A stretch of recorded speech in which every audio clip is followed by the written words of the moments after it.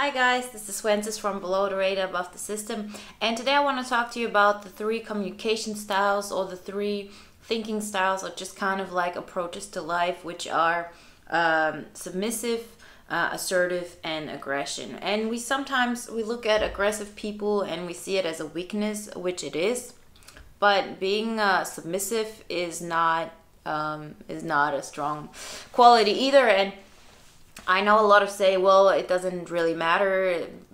The question is, do you really get to the point? Do you really get what you want, and so on? And there's a strength to not really being assertive and not really putting everything out there. And I completely agree. I think submission in itself has a negative connotation anyways, but let's forget about that. But in general, like a passive, let's call it like a passive, how do they call it here? A passive communication. Yeah, exactly, a passive communication style.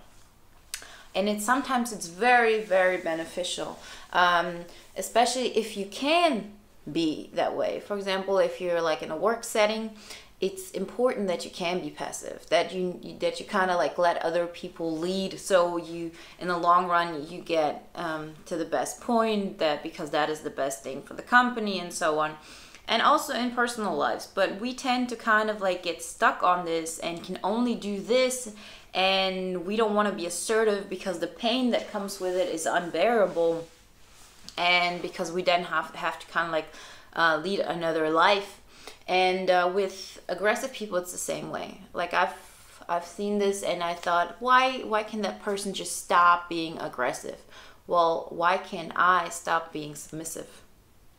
Like we had this tension, and that person wouldn't stop kind of like being overpowering, and I couldn't stop being nice. I couldn't stop being understanding and going everything from your point of view. And so once you realize that, it's very often about recognition. Once you really recognize that there's also something you can do, and this is maybe the best way for the other person to stop is by you stopping something, because I wasn't aware that I was doing something wrong. I thought I'm just loving, I'm just being nice, and I didn't understand that I was actually lying. I wasn't, telling the truth. I wasn't telling that, or I wasn't getting myself into a position where I was putting other people's emotions and needs above mine, and this is never healthy. So I want to get a little bit into the characteristics. A typical passive verbal characteristics are sentences like always apologizing. This is typical. Or it's only my opinion, I might be wrong, it's not important, it doesn't really matter. You know me. Like typical things like this, that your opinion only matters if you don't contradict somebody else's, or if somebody else doesn't have some kind of negative outcome of the situation. And typical, I'm not going to get into this. They're nonverbal characteristics and so on, but I think the important thing is the thinking style. So the typical thinking style is, I don't count. My feelings, needs, and thoughts are less important than yours. People will think badly of me or not like me. If I say no to them, I might upset someone, and I was responsible for upsetting them. Please, people, this is typical INFJ. This is how we function, and this is so deeply engraved that it doesn't just go away. But if you have those thoughts in you that you think, oh, if I say that, I'll upset that other person, and so on, and I'm the stronger one, so I need to kind of take it, know that there's something wrong, and you need to work into being more assertive. The payoffs that you get, of course, it has its benefits being passive or submissive, or however you want to call it. The payoffs are that you're praised for being selfless.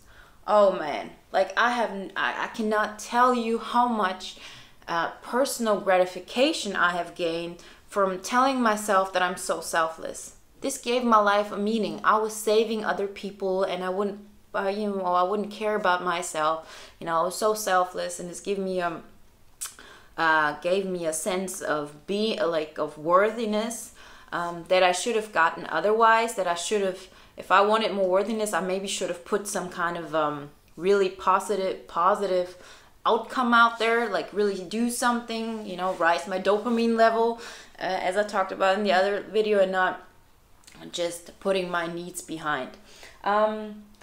Your another payoff is you're rarely being blamed if things go wrong because you haven't usually shown initiative.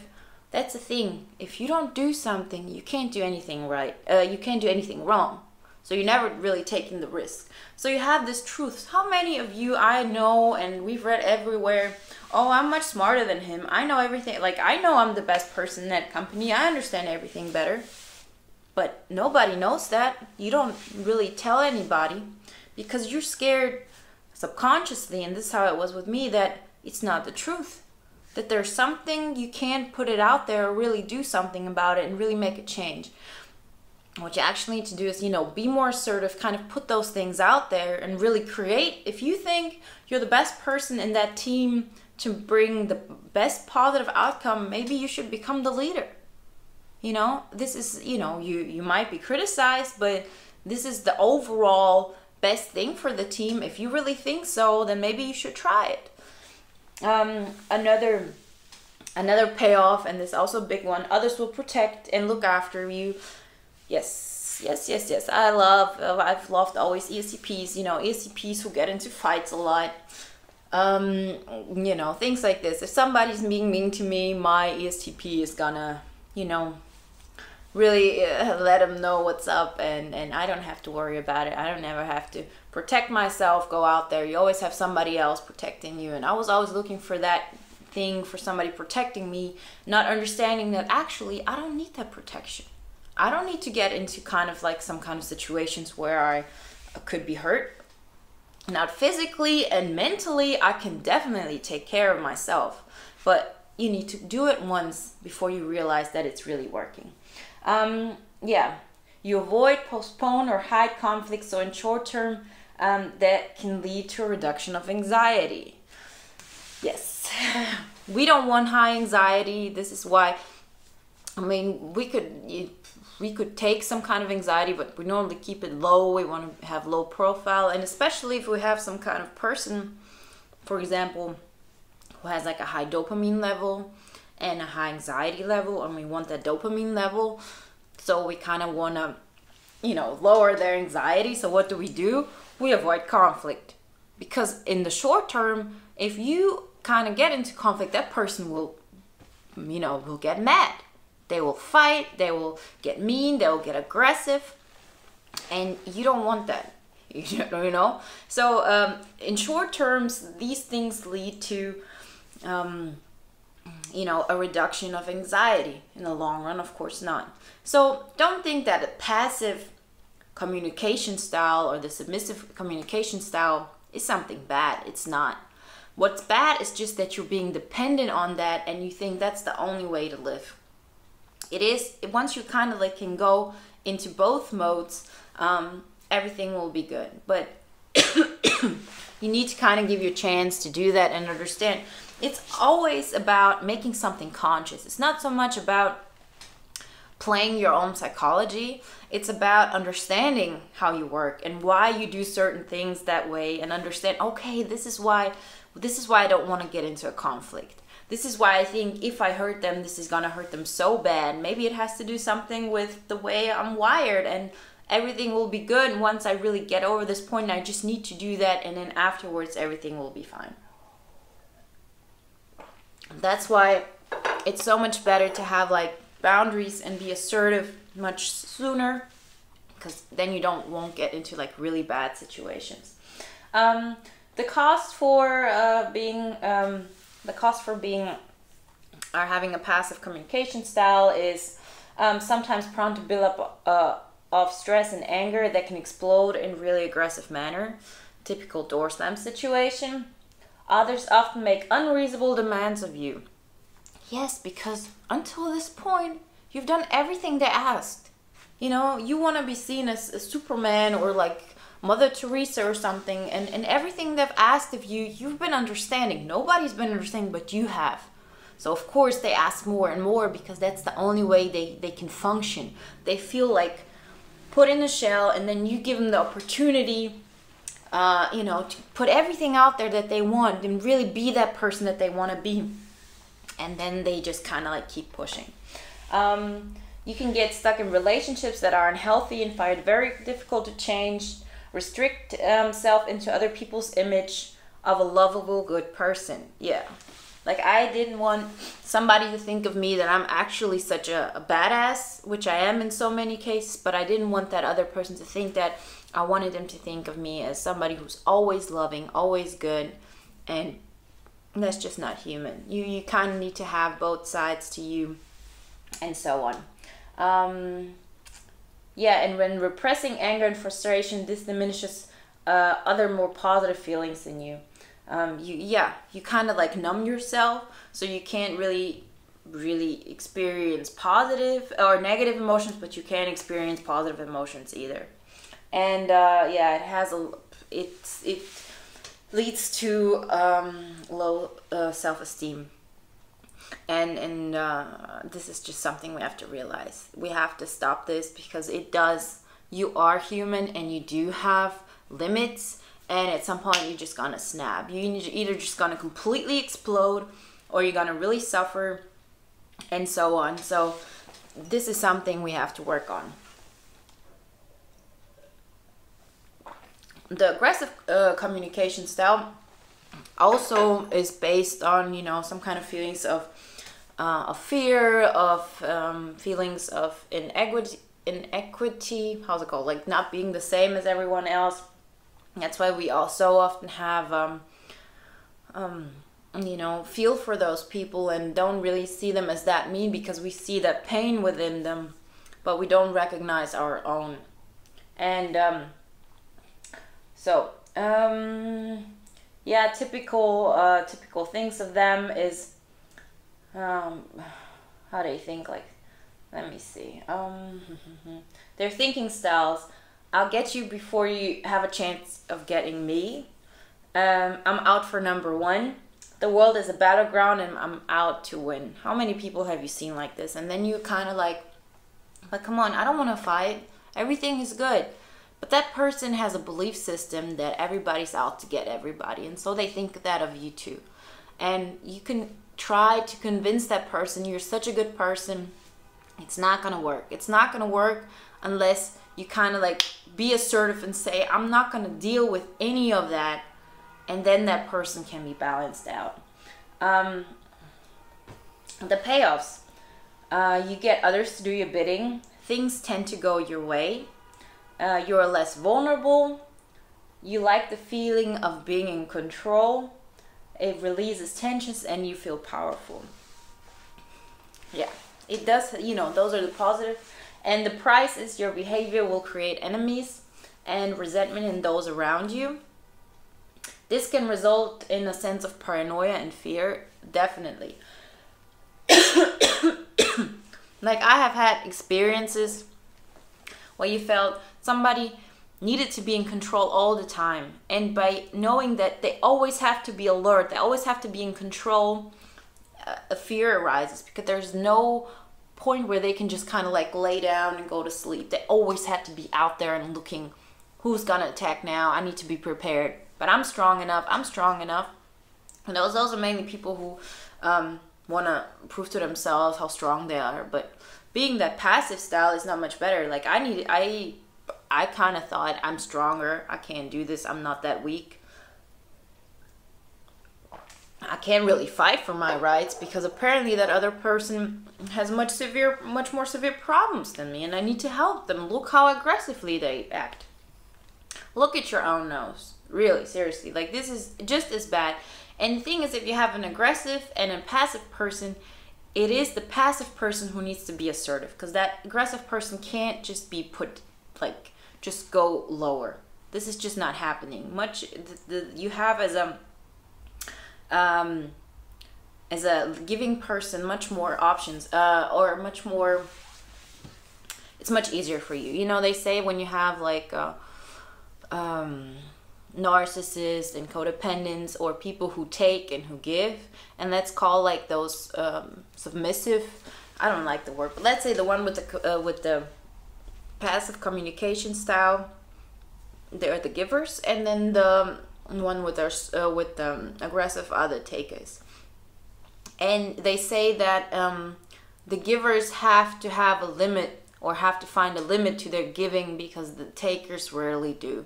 You really have to be the one who kind of like really, you know, switches the whole thing and says, till this point and no further, this is not good for you, this is not good for me, and we need to change something. So yeah, what is the price for being aggressive? Your behavior will create enemies and resentment in those around you. This can result in a sense of paranoia and fear. Yeah, I said those two, I think, already. If you are always trying to control others, it can be difficult to relax. I also gotten into this. And your relationships will tend to be based on negative emotions and are likely to be unstable. Aggressive people tend to feel inferior deep down and try to compensate for that by putting others down. This is the thing. We see only what's underneath. So we kind of want to say, don't feel inferior, don't fight like this, and don't understand that we're people in the end. And if somebody keeps on pushing us, or at some point it does hurt us, there's just so much we can take, and you need to kind of like, to make their life better, you kind of be assertive so they can you know, adopt and kind of see, okay, this is the only chance I got, I need to be assertive, and then everything will be fine and good for everybody. Yeah, feelings of, another prize is feelings of guilt and shame, and it decreases your self-confidence and your self-esteem, because you think, yeah, they think I'm powerful, they think I'm great, maybe some people, but I always have to do something for it. They don't like me because of who I am, but just because of the fear I put on them, or because of the power I represent, for example. And if you're, for example, not even treating them like they're being aggressive, you're treating them like, oh, poor you, why are you so sad? You know, they get even more aggressive and need to prove themselves even more, because they see that you're not being intimidated by them. Okay, and now we have the assertive communication, the goal. Okay, definition: a way of communicating our feelings, thoughts, and beliefs in an open, honest manner without violating the rights of others. It is an alternative to being aggressive, where we abuse other people's rights, and passive, where we abuse our own rights. Boo-hoo. Okay, so the verbal characteristics of being firm, having a relaxed voice, for example, and the thinking style is, I won't allow you to take advantage of me, and I won't attack you for being who you are. So, you know, just keep it, you don't want, just because you're telling the truth, you'll be fine. You see, the problem is, let's say you have someone with a passive communication style, and then you have somebody with an aggressive communication style. And if you're not being assertive from the beginning, that at some point you might have to act aggressive and attack that person while you know it hurts them the most. Pretty much saying, I know you're weak, I know you feel weak, and so on, because that's the only way they will stop. And this is very hurtful for them, but also for you, because you have to like do those things. So being assertive as soon as possible really helps you to balance everything from the beginning, so situations like this don't need to occur. Okay, so the payoffs. The more you stand up for yourself and act in a manner you respect, the higher self-esteem. Very true. There were so many things I thought I couldn't be because they weren't accepted in society and so on. But now that I know, okay, this is who I am, this is how I have to be, people are either going to respect that or they're going to keep going. I'm better off that way than anywhere else. I don't need to be with people who are aggressive and who are so on. If they want to be in my life, they have to treat me with respect, and I know that I will treat them with respect anyways, because I'm just not somebody who tends to have an aggressive style. Your chances of getting what you want out of life improve greatly. Very true. Can only, can only assign this as expressing yourself directly at the time means that resentment doesn't build up. That's what I meant with if you kind of like always understand, at some point you just explode. If you're less driven by the needs of self-protection, which you have through submission and through aggressiveness, if you're less driven by the need of self-protection and less preoccupied with self-consciousness, then you can see, hear, and love others more easily. So true. Once you have that burden taken off of you, that you kind of like always have to pretend and so on, you just kind of blossom, and then you can be much more loving towards others and helpful and just happy altogether. Okay, the price. There's also a price to being assertive. Your friends and family may have benefited from you being passive and may sabotage your new assertiveness. Yes, not only may they sabotage you, but you might feel bad because you say, okay, I'm not giving that other person an advantage. If I'm not giving them an advantage, then they're not going to want to hang out with me, for example. That is a price. You're reshaping beliefs and values you have held since childhood, and that can be frightening. Yes, you kind of feel like you're going into the cold wide world and you take off your protection blanket. This is how you feel, and you kind of need to get used to that whole new scene. There's no guarantee for outcome because, you know, if you were submissive, you're kind of like safe. If you're aggressive, you're kind of safe. But if you're assertive, then then you have no guarantee. You have to be willing to take that risk. And there's often pain involved in being assertive. So you do have, especially short time pain, you have to endure to get to a level where everything's fine. Like I talked about it earlier, that you can't have like real harmony if you're not being assertive. Because if you don't do that, then you don't get your needs met, and then you're not going to be satisfied. And at some point you need to kind of switch, because there's just so much your body and your mind can take. Okay, so as I said, the goal is to be assertive. Think about it and apply it in your real life, and you'll see the benefits. Maybe not the day you start. It will be hard in the beginning. You can start small, but it does really help. So try to do that, and talk to you soon. Bye.